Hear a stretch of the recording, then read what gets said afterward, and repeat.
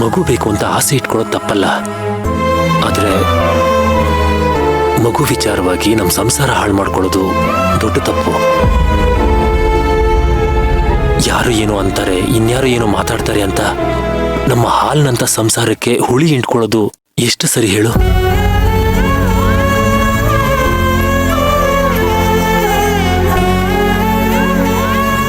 ಸೇವಂತಿ, ಸುಮ್ಮನೆ ಏನೇನೋ ಯೋಚನೆ ಮಾಡಿ ಮನಸ್ಸು ಕೆಡಿಸ್ಕೋಬೇಡ. ಈಗ ನಾವಿಬ್ರು ನೆಮ್ಮದಿಯಾಗಿದ್ದೀವಿ, ಹಾಗೆ ಇರೋಣ ಬಿಡು. ಹೀಗೆ ಹಠ ಮಾಡ್ಕೊಂಡು ಕೂತ್ಕೊಂಡ್ರೆ ಹೇಗೆ? ನನ್ನ ಭಾವನೆಗಳ ಅರ್ಥ ಆಗ್ತಿಲ್ವಾ? ಬೇರೆ ಮಾತುಗಳೇನು ಬೇಡ. ನಿಮ್ಗೆ ಎರಡನೇ ಮದುವೆ ಆಗೋಕೆ ಒಪ್ಪಿಗೆ ಇದೆಯಾ ಹೇಳಿ, ಮಾತಾಡ್ತೀನಿ. ಇಲ್ದೇ ಇದ್ರೆ ಮಾತೇ ಬೇಡ. ನೀನೊಂದು ಪ್ರಶ್ನೆ ಕೇಳ.